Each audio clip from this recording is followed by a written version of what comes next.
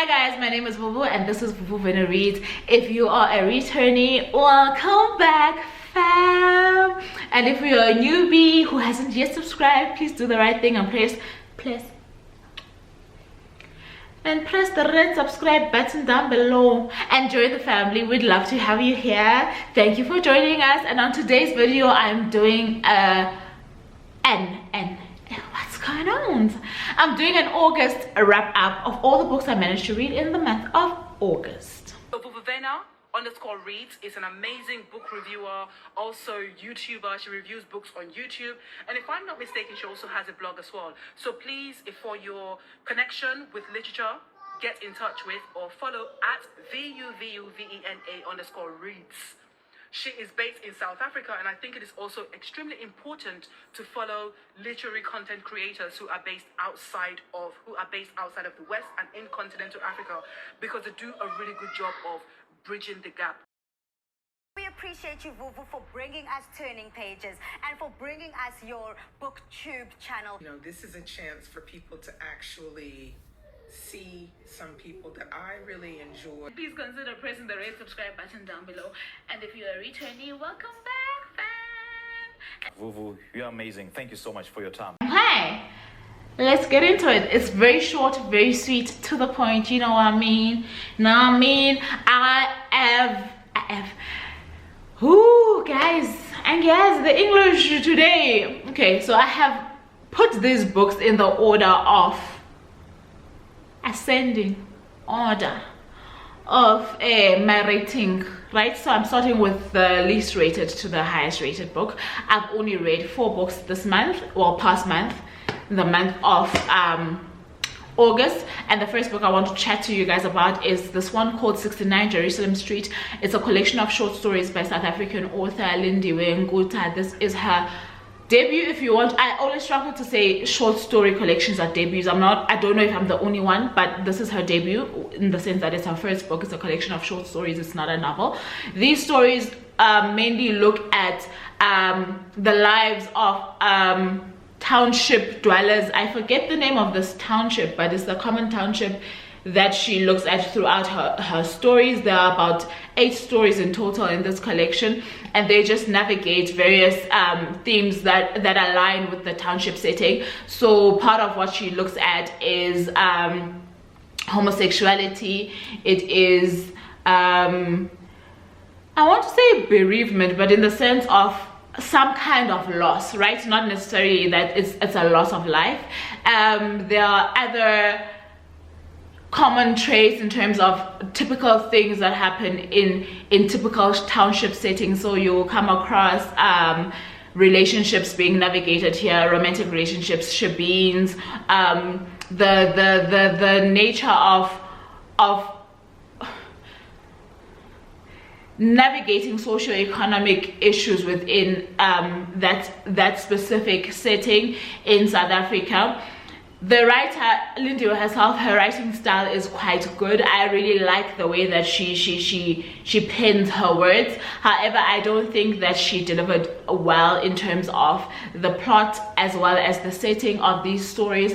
I really think that a little bit more time could have been taken to like hone in this the stories that she was trying to tell. So her penmanship, her articulation, and how she joins her words together, even her prose is quite good. It's just that it falls a little bit flat for me when it comes to the delivery of the setting and the plot. And I think for the most part that is what a reader clings to when they read. So a person can read a really badly written book as long as the plot and the setting have come together well enough for the story to keep progressing, if you get what I'm trying to say. So it's for that reason that I gave it a 2 out of 5 stars.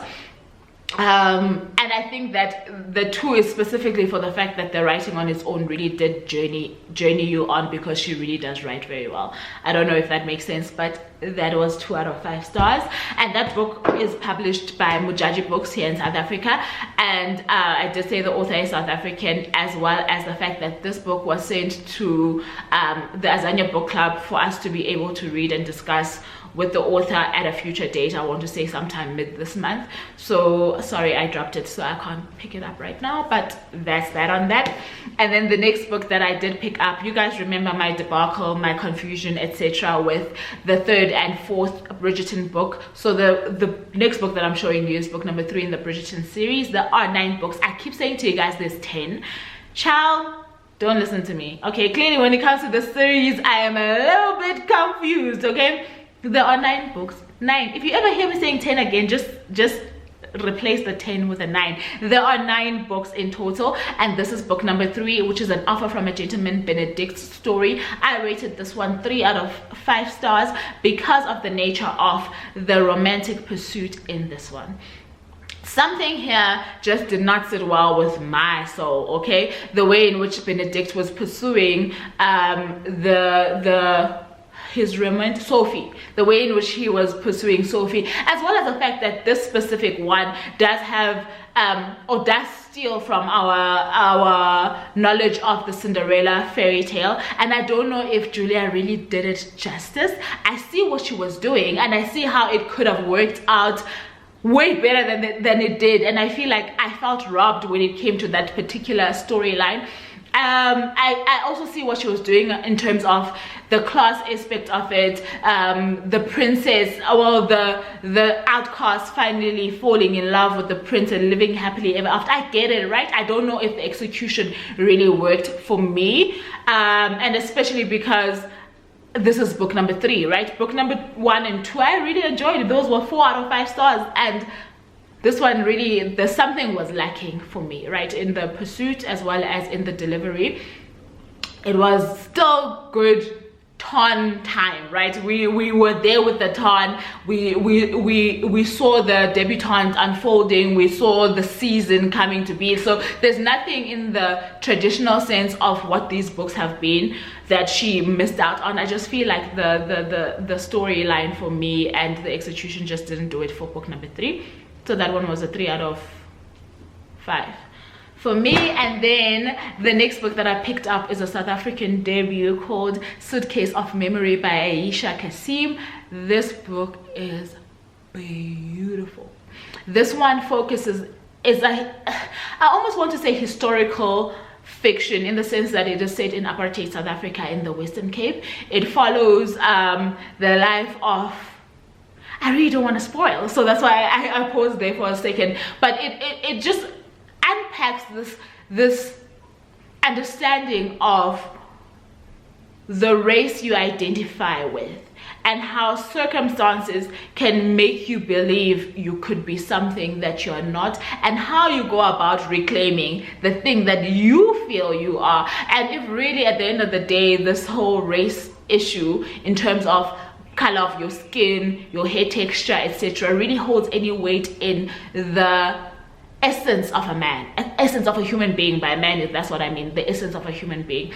She has written this in the most remarkable way. Like, it is almost enchanting, I want to say, the way that she's written the story. It is divided into 2 parts, and the first part is a journey of how our main character uncovers who or what he wants to stand for, and the second part is him reclaiming who he believes himself to be. And just the heroic aspect of how he goes through that journey is just something unbelievably remarkable. And also just discovering just the prejudices of that time, and how it would be so easy for a person in the main character's shoes to choose the easy way out, right? And how he is valiant enough and thrives through the societal shame of becoming who he wants to become. I don't know how to explain the story without it being spoiled, but